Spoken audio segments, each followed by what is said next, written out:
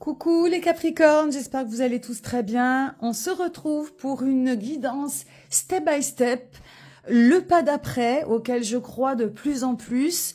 Voilà, l'avenir nous réserve toujours de drôles de surprises et mettre trop d'importance, trop de kiffance, trop d'impact sur nos projets d'avenir peut parfois être beaucoup plus déstabilisant que si l'on apprend vraiment à vivre dans l'ici et maintenant. Ça ne nous empêche pas de faire des projets, mais d'être vraiment, vraiment plus que jamais dans cet instant présent, dans le dénouement du pas d'après, pour vraiment, vraiment, vraiment agir sur notre bonheur, sur notre joie, et sur voilà des petits bonheurs, des petits plaisirs simples qui font la vie, de ne pas trop remettre au lendemain ce qu'on peut faire le jour même.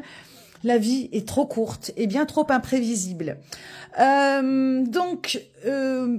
évidemment, tu prends ce qui résonne, tu laisses le reste comme d'habitude. Je fais des guidances assez courtes avec peu de cartes, donc ça parlera peut-être pas tous les Capricornes. Le principal est juste de prendre ce qui résonne et de laisser le reste. Et tu peux combiner avec ton ascendant, ton signe lunaire et n'importe quel autre signe à partir du moment où ça te parle. Alors la thématique je voulais aussi faire une petite parenthèse astrologique, nous sommes à la veille d'une nouvelle lune en Poisson, donc vraiment les énergies Poissons cette année, ça a été très dissolu, très chaotique, très chaos tout court, mais aussi très plein d'amour, plein de waouh, vraiment très très très fort. Je pense que tout ça, tout ce rinçage, toute cette ambiance de machine à laver, même tout ce chaos autour de nous, collectivement parlant, nous fait un rinçage, comment dirais-je, un lessivage de ce qui va se passer, bientôt. Samedi, c'est l'équinoxe de printemps, l'ère du Bélier. Le nouvel an astrologique et tout ça va nous amener enfin au nouveau cycle, que ce soit collectif, mondial et individuel. On va pouvoir voir vraiment ce que la vie nous réserve et quels sont les nouveaux cycles que nous allons ouvrir. Et ce que nous venons de traverser en Poisson et ces derniers mois n'était qu'un reset, n'était qu'une, comment dirais-je, un abandon, c'est vraiment le dernier cycle, de lavage avant de commencer, pour être enfin tout propre, tout rincé, je sais pas comment te dire, pour entamer ces nouveaux cycles. Donc on verra à quelle sauce nous allons être mangés. Et je parle évidemment toujours positivement. N'hésite pas à regarder la guidance que j'ai faite, qui était une guidance personnelle, mais que j'ai voulu interpréter de manière collective sur Facebook et sur TikTok. Et qui peut aussi te donner beaucoup d'espoir quant à l'avenir qui nous réserve. Alors, pour toi, Capricorne, 2 de coupe. Pour la thématique 2 de coupe, on est dans de l'idéalisation, dans de la projection amoureuse. Ce 2 de coupe, c'est de croire que l'autre c'est soi, c'est de projeter, c'est des projets amoureux. Ça peut être donc lié à une rencontre, lié à beaucoup d'idéalisation. On idéalise, on croit que, et ce 2 de coupe, il peut être très souffrant si il ne se développe pas. On ne peut pas, c'est ce que je te disais en intro, on peut pas baser sa vie sur du lendemain, sur du surlendemain, sans qu'il y ait évidemment de construction, sans qu'il y ait de la solidité, sans qu'il y ait de la matière quelque part. Le 2 de coupe, c'est tout ce qui est rêverie, tout ce que notre cœur va laisser s'emballer. Et donc c'est très, comment dirais-je, c'est très prenant sur l'instant, mais ça peut être aussi très souffrant. Donc ça, c'est un petit peu la thématique, ce 2 de coupe, comme tu peux le voir, il y a 2 poissons, qui pour moi est aussi la symbolique de ce qui peut se passer dans cette nouvelle lune en Poisson. L'énergie du Poisson, c'est l'énergie de l'émotion.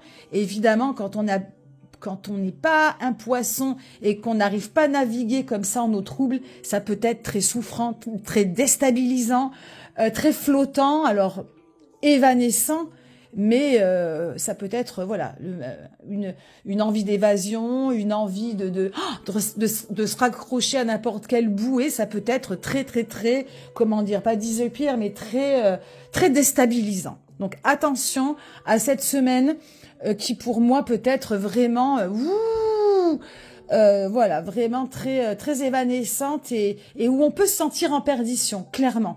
Donc attention justement à pas trop idéaliser, à pas trop projeter sur l'autre. L'énergie principale, roi de bâton. Alors roi de bâton, justement, c'est quelqu'un d'ancré, de solide, qui sait où il va, qui a une belle créativité, une belle force, une belle vitalité. J'ai peut-être répété le mot plusieurs fois, c'est pas grave. Il tape un peu du poing sur la table, il sait ce qu'il veut. Et je pense que cette énergie, tu vas en avoir besoin, eh bien, pour éviter de tomber dans la grandeur et dans le sans frontières de cette énergie amoureuse. C'est de te remettre un petit peu les deux pieds sur terre. Alors, ça peut être une bonne manière à l'écoute de cette guidance de t'ancrer tes deux pieds au sol, justement pour pas te laisser emporter vers trop de rêveries.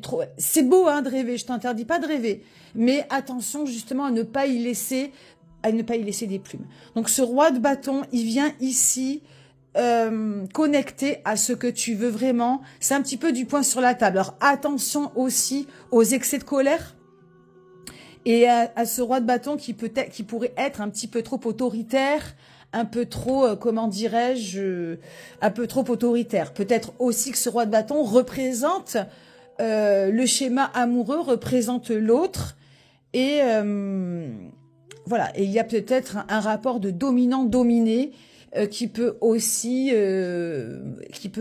être de rigueur, être de mise sur cette semaine. Donc voilà, je te donne des éléments, tu vois, en fonction de ce qui te parle, mais je pense que pour moi, cette énergie principale ici, avant toute chose, c'est de l'ancrage. L'ancrage, c'est la bouée de sauvetage, un ancrage, c'est un petit peu, comment on appelle ça là, mince. Ah, je l'ai pas. Quand on largue les amarres et qu'on met, putain, pourtant j'ai fait du bateau, je devrais savoir. Quand on accoste, quand on jette l'ancre, ça y est, j'ai trouvé. De jeter ton ancre. Jette ton ancre.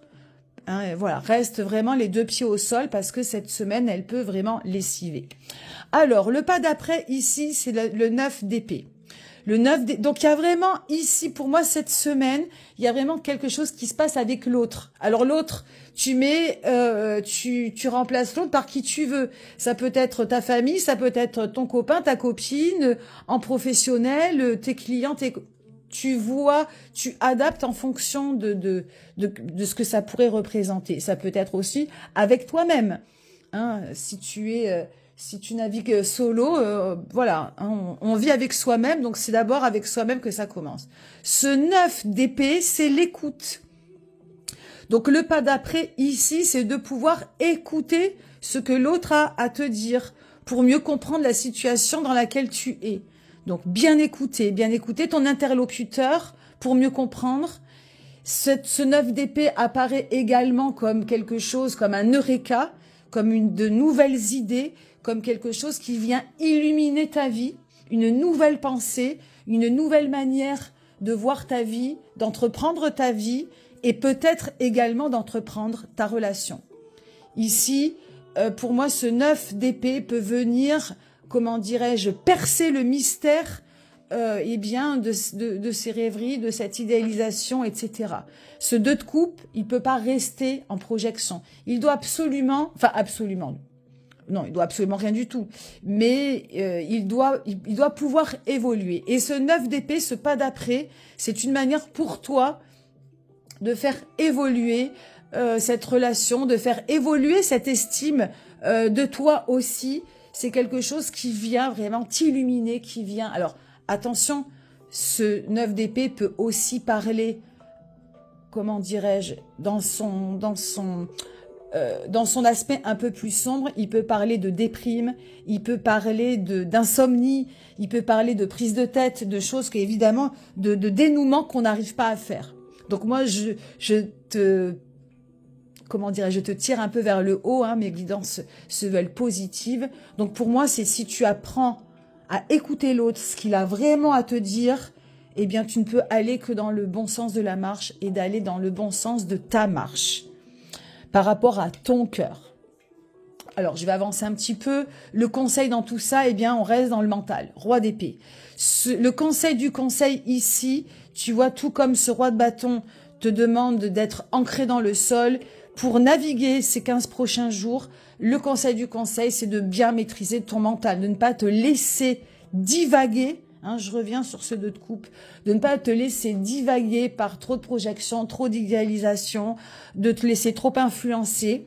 Ce roi d'épée, il est dans quelque chose de concret, de déterminé, mais surtout, voilà, un mental solide qui te remet un petit peu en mode rationnel sur comment est ta vie, ce que tu dois affronter, ce que tu dois assurer, ce que tu dois assumer. On est un petit peu dans des choses un peu carrées. On a Mercure qui rétrograde en Poisson, donc il peut justement, avec ce 2 de coupe, il peut encore plus te faire perdre pied, perdre le cœur, perdre pied, te faire un petit peu, te donner des envies d'évasion. Ce roi d'épée te ramène à des choses un peu professionnelles, rationnelles et voilà, les 2 pieds sur terre mais façon mentale. Là, on a les 2 pieds sur terre façon vitale et là, on a les 2 pieds sur terre façon mentale. Oh, j'ai un petit peu dépassé mon timing. Ami Capricorne, merci de m'avoir écouté. J'espère que ça t'aidera à traverser cette prochaine période. Je te souhaite un bel équinoxe, une belle nouvelle lune et je te dis à très bientôt. Bye bye.